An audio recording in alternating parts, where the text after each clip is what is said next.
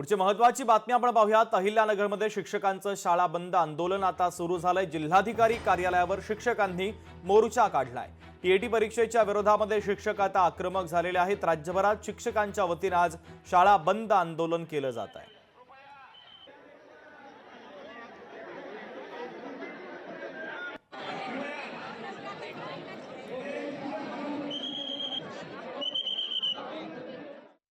ठिकाणी राज्यभर जे आंदोलन होतंय, निश्चितपणे सरकारला त्या ठिकाणी जाग आणण्यासाठी आंदोलन होतंय। आम्ही कोणत्याही अन्याय मागणीसाठी या ठिकाणी आंदोलन करत नाही।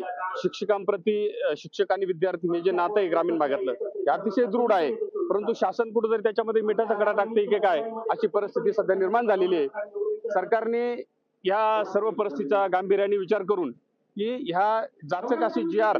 आणि ते अटी टाकलेले आहेत त्याचा परिणाम ग्रामीण भागामध्ये आदिवासी भागामध्ये नेमका काय होईल याचं त्यांनी पुनर्विचार केला पाहिजे।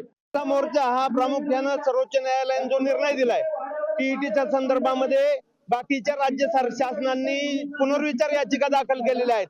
आम्ही वारंवार माननीय मुख्यमंत्री, उपमुख्यमंत्री आणि माननीय शिक्षण मंत्री यांच्याकडे 3-4 महिन्यापासून मागणी करतोय की आपल्या राज्याची पुनर्विचार याचिका दाखल करा, परंतु महाराष्ट्र हे एवढं प्रगत असताना आपल्या राज्याची अद्यापर्यंत पुनर्विचार याचिका या संदर्भामध्ये दाखल नाही। ही एक गोष्ट आणि प्रामुख्याने 2005 नंतर जे बांधव आहेत त्यांना जुनी पेन्शन मिळाली पाहिजे या सर्व प्रमुख मागण्यांसाठी आज अहिल्यानगर जिल्हा अधिकारी कार्यालयावर मोर्चा शिक्षकांचा धडकलेला आहे।